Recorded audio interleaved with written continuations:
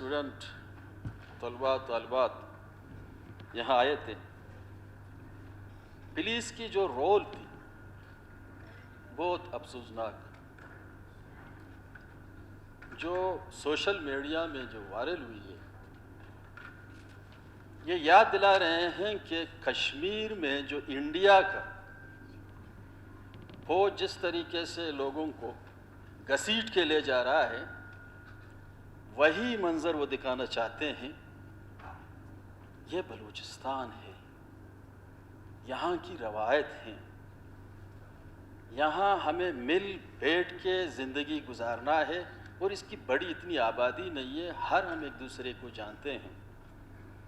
ان police والوں کو کوئی ہم اجازت نہیں دیں گے جو باہر سے یا باہر کے جو غیر صوبے سے آ کے جو یہاں کے کلچر کو وہ جانتے نہیں ہیں، وہ ایسا تاثر دے دیں، ایک ایسا میسج دے دیں جس سے یہی ہو کہ یہاں بھی ایک مقبوضہ بلوچستان ہے۔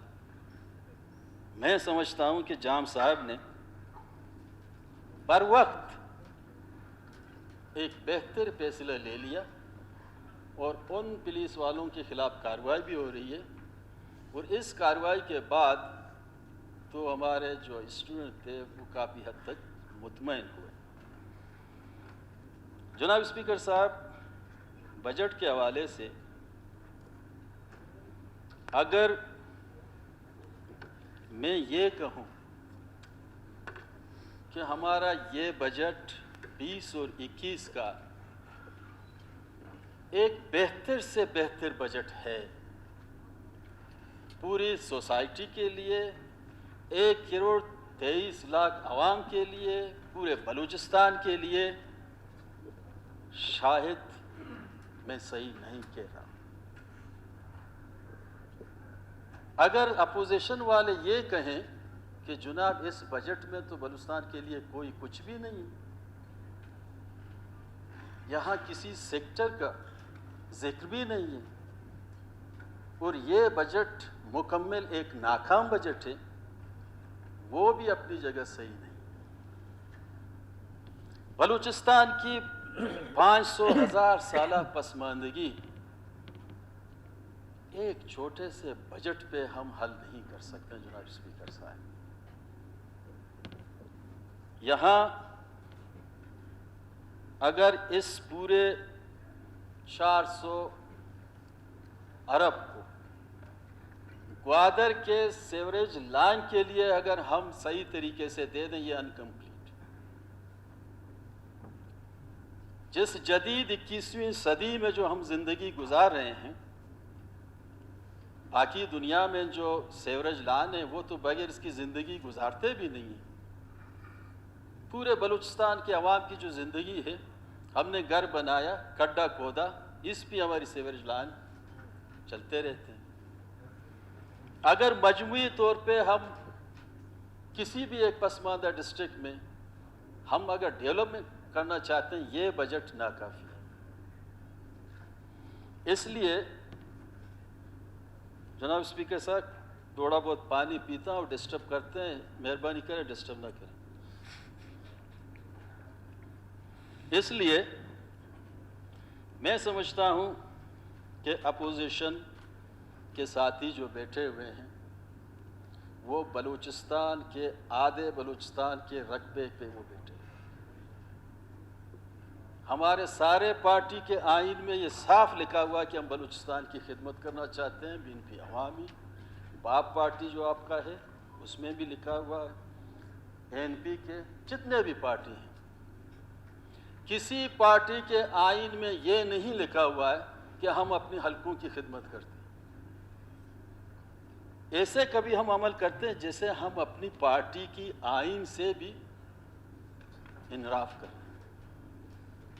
میری اپنی موقف یہی ہے کہ جب ہم بلوچستان کی ترقی کی بات کرتے ہیں، اگر یکسانیت نہ ہو، 19-20 ہو، اس سائڈ کے فلور کے جتنے بھی ہمارے ساتھی بیٹھے ہوئے ہیں وہ بلوچستانی ہیں، بحیثیت بلوچستانی اگر ہم ان کو فنڈ دے دیں، ایک بہت بڑی خوبصورتی ہوگی۔ کچھ ساتھی پچھلے ادوار میں سردار کیترا صاحب کہتے ہیں کہ ڈاکٹر مالک نے مجھے کچھ فنڈ نہیں دیا۔ زمرک صاحب بھی یہی کہتے ہیں کہ پچھلے ادوار نے اس گورنمنٹ نے ہمیں کچھ فنڈ بھی نہیں دیے. میں سمجھتا ہوں انہوں نے بہت بڑی غلطی کی. اگر وہ اس فنڈ نہ دینے کی عمل اچھا ہوتا تو آج نیشنل پارٹی کے بہت سے لوگ یہاں بیٹھتے ہیں. ایک نظر نہیں آ رہا یہاں سے. وہ غلط تھا اور عوام نے ان کو ریجیکٹ کیا. آج اسمبلی موجود ہے لیکن نیشنل پارٹی کا ایک ممبر یہاں نظر نہیں آ رہا. جناب اگر آج یہی غلطی ہم کریں تو کل ہمارا بھی اشر یہی ہوگا جو نیشنل پارٹی اور پشتونخوا کا تھا. زہری صاحب اکیلے آئے, پہلے 10 ممبر تھے, 14. تو اس لیے ہم سمجھتے ہیں کہ جو غلطی انہوں نے کی ہم وہ غلطی کیوں کریں. ہمیں مل بیٹھ کے بلوچستان کو ترقی دینا چاہیے.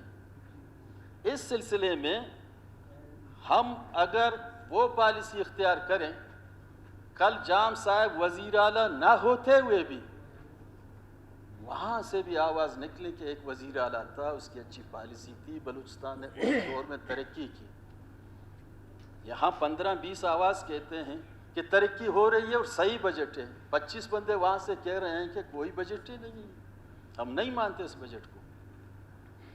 اس لیے جناب اسپیکر صاحب میں سمجھتا ہوں اگر ہم اس کو ری وزٹ کریں, ری تھنک کریں, ایک بہتر سے بہتر پالیسی لے کے آگے بڑھیں, یہ ہمارے لیے آنے والے وقت کے لیے, بلوچستان کے عوام کے لیے ایک بہتر سے بہتر ماحول ہوگا.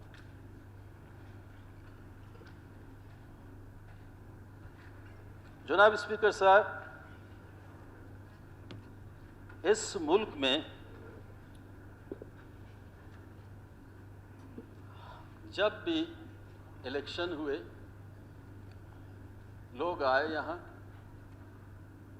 سب نے یہ حلف اٹھایا کہ ہم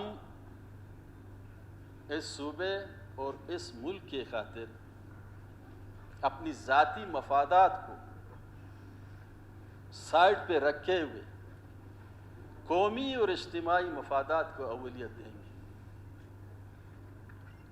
حلف صرف اس فلور میں یہاں بیٹھے ہوئے لوگوں نے نہیں لیا, سیول بیوروکریسی, سیاستدان, ہمارے فوجیوں نے بھی حلف اٹھائے اس سلسلے میں.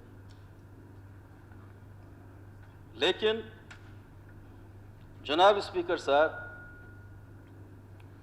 میں پوچھنا چاہتا ہوں کہ ہمارا بلوچستان کا رشتہ وفاق سے کیا ہے. اس میں میں حق بجانب ہوں. آیا وہ رشتہ نوآبادیت کا ہے, کالونی کا ہے, یا آقا اور غلام کا ہے؟ جناب اسپیکر سے اس میں کوئی شک نہیں کہ بلوچستان اس ملک کا ایک اکائی ہے, ایک صوبہ ہے. ہم اس ملک میں آئینی طور پہ رہ رہے ہیں, لیکن کیا بلوچستان کے عوام کو ان کی بیسک کانسٹیٹیوشنل فنڈامنٹل رائٹس مل گئے؟ ہم مطمئن ہیں نہیں, ہماری بنیادی حقوق ابھی تک بھی ہمیں نہیں ملے. آیا اس کی ذمہ دار کون ہے جناب اسپیکر صاحب؟ عوام, سیاستدان, بیوروکریسی, یا مقتدر قوتیں, یا عدلیہ؟ اس کی ذمہ دار کون ہے کہ ابھی تک ہماری جو بنیادی حقوق ہیں وہ ہمیں نہیں ملی؟ میں سمجھتا ہوں جناب اسپیکر صاحب,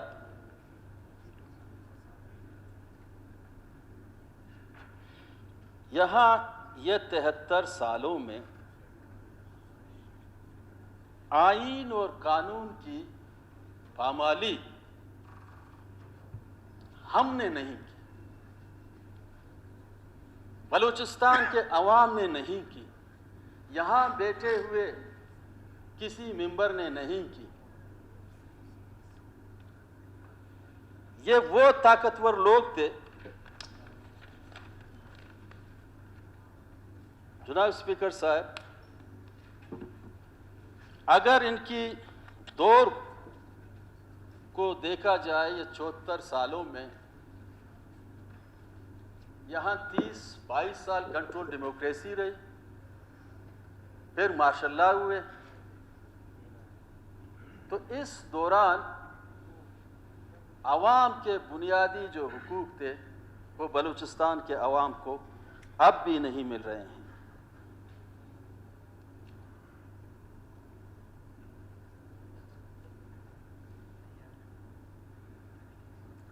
میں سمجھتا ہوں جسارت کے ساتھ جناب اسپیکر صاحب، بلوچستان کے عوام نے کبھی آئین کی، اس ملک کی آئین کی خلاف ورزی نہیں کی. انہوں نے آئین کی پامالی نہیں کی. وہ ہمیشہ آئین اور قانون کے دائرے میں رہتے ہوئے اپنے حق اور حقوق کی انہوں نے بات کی. لیکن جن لوگوں نے آئین کی پامالی کی، جناب اسپیکر صاحب،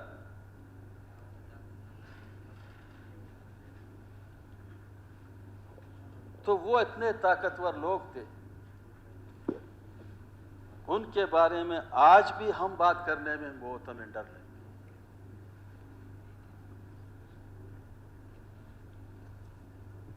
پھر جناب اسپیکر صاحب، جب یہ ملک بنانے جا رہا تھا تو محمد علی، قائد اعظم محمد علی جناح نے جب خان سے ملاقات کی تو انہوں نے کہا کہ ہم ایک ایسی فلاحی ریاست بنانے جا رہے ہیں جس میں مساوات ہوگا، عدل ہوگا، انصاف ہوگا. میں پوچھنا چاہتا ہوں کہ یہاں عدل ہوا، انصاف ہوا بلوچستان کے ساتھ؟ 58 کی دہائی میں یہاں ایوب طاقتور آیا، پھر 77 کی دہائی میں مرحوم ضیاء الحق آئے، اس کے 90 کی دہائی میں جناب مشرف آئے.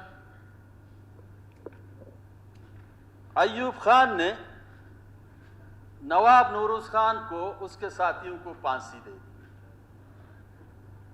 لیکن آج نواب نوروز خان اپنے ان ساتھیوں کے ساتھ زندہ ہے، زندہ ہے، زندہ ہے. ابھی پورے بلوچستان میں آپ ریفرنڈم کریں، ایوب کو کوئی نہیں چاہتا.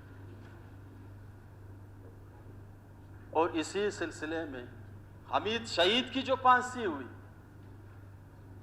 حمید شہید اب بھی بلوچستان کے لوگوں کی دلوں میں زندہ ہے. لیکن جنرل ضیاء کا نام لینے والا کوئی نہیں ہے. آج ریفرنڈم کریں، کوئی لینے والا نہیں. مشرف نے آ کے نواب اکبر بگٹی کو تابوت میں بند کیا اور دفنایا. آج مشرف دبئی سے یہاں آ نہیں سکتا ہے. نواب بگٹی ہر گلی میں، ہر میدان میں، ہر پہاڑ میں، ہر گھر کے گھر میں یا اسمبلی میں، ہر جگہ زندہ ہے. تو میں سمجھتا ہوں جہاں عدل نہیں ہوگا، طاقت کی زور و قوت سے آپ مسائل کو بہتر طریقے سے حل نہیں کر سکتے. ریاست کو چلانے کے لیے عدل کا نظام اولیت رکھتے ہیں. اس اسمبلی کے فلور سے ووٹ ہوئی، 22 سے 25 وزیر اعلیٰ ہم نے منتخب کیے. آپ بھی بیٹھے رہے اس منصب میں. آج جام صاحب، اس سے پہلے اس کے والد صاحب تھے، پھر دادا تھے. لیکن جنہوں نے صحیح کام کیا وہ یاد لوگ کرتے ہیں، جنہوں نے برا کیا ان کی بھی تاریخ کو لوگ یاد کرتے ہیں. کیونکہ جب تاریخ لکھنے والے اپنے قلم اٹھاتے ہیں وہ سچ لکھتے ہیں، وہ کسی کو معاف نہیں کرتے. شاید میں بھی ابھی بول رہا ہوں، کچھ لوگوں کو میری بات اچھی نہیں لگے، لیکن یہ میرا اور میری پارٹی کا موقف ہے.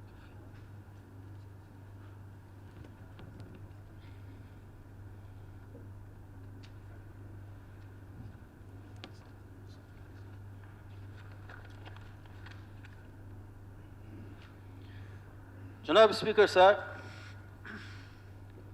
بلوچستان میں جب بھی وفاق سے کوئی بھی، اس گورنمنٹ کی میں نہیں کہہ رہا ہوں، جب بھی وزیر اعظم یہاں دورے پہ آئے،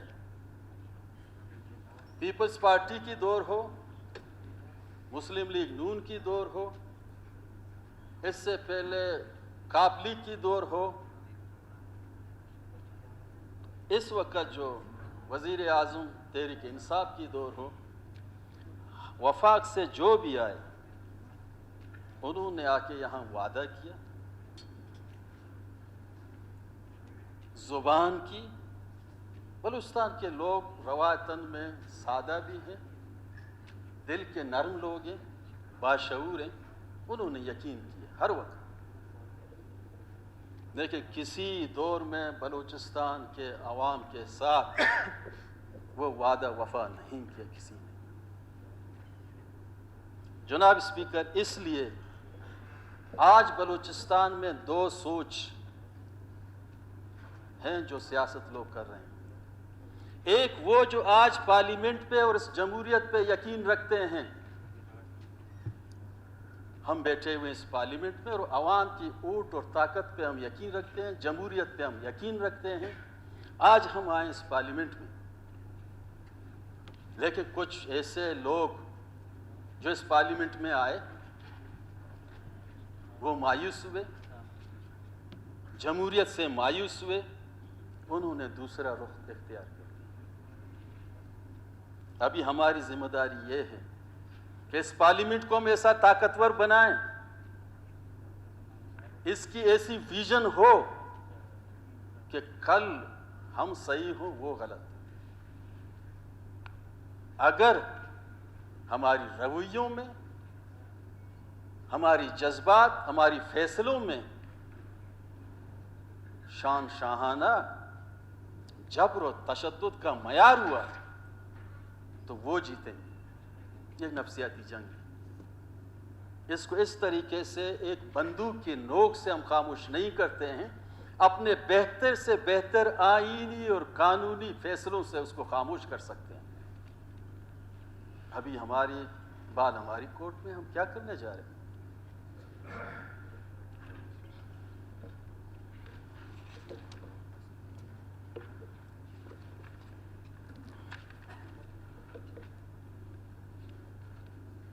جناب اسپیکر صاحب،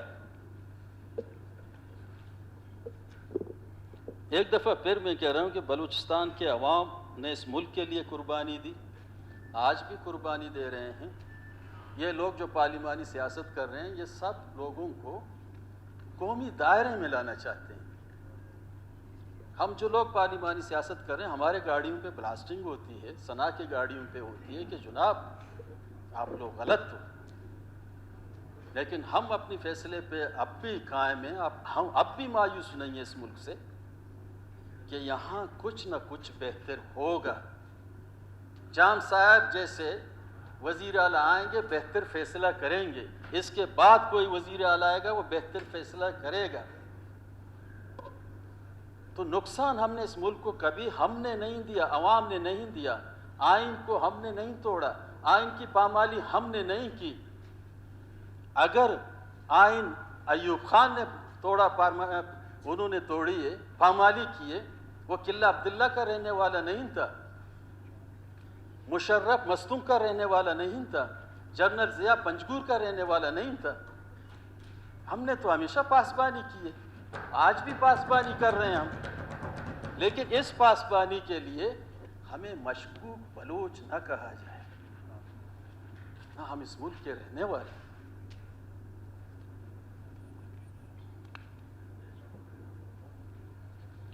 جناب اسپیکر صاحب،